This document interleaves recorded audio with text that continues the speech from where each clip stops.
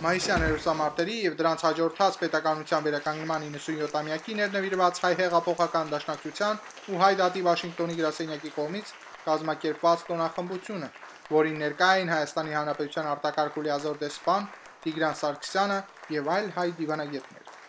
Հայ դատի Վաշինգտոնի գրասենյակի տնօրեն Արամ Համբարյանը շեշտեց միջոցառման կարևորությունը։ Դոնենք Հայաստանին ազատությունին օրը եւ ցույց տանք աշխարհին, որ մենք միասին ենք եւ միասին մի պայքարենք մեր ապագայի համար։ Ելույթ ունեցան հայ հեղափոխական դաշնակցության ու հայ դատի Վաշինգտոնի գրասենյակի մի շարք գործիչներ։ Արամ Մանուկյանի, Զորավար Տրոյի, ՍԵՊ հանձնաժողովի նախկին ղեկավարներից հայ մարմնակրթական ընդհանուր միության շրջանային խորհրդի անդամ Վահե Տանաշյանը դերվատանքով խոսեց անկախության վերականգնման օրվա նշանակության մասին։ Այսօր կդոնենք մեր հաղթությունը, եթե ապրիլը մահվան, սուքի եւ դարաբանքի ամիս էր, իսկ մայիսն մեզի համար եղած է հաղթանակի ամիս։ Ելույթ ունեցան նաև Հայաստանի Հանրապետության արտակարգ եւ լիազոր դեսպան Տիգրան Սարգսյանը, որը իր խոսքում կարևորեց մայիսյան հերոսամարտերը։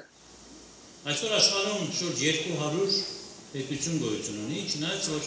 ազգերի քանակը շատ ավելի շատ է, ցեղերի քանակը շատ ավելի շատ է եւ ավելին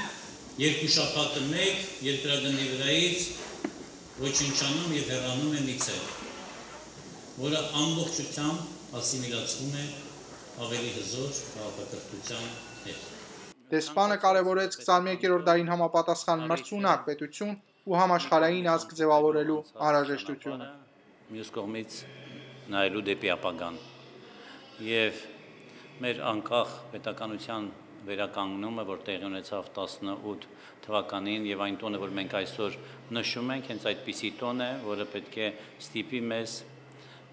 հայացք նետել մի կողմից դեպի անցյալ, փորձել ամփոփել այն ամենը, ինչ մենք վերապրել ենք եւ մյուս կողմից հայացք նետել դեպի ապագան։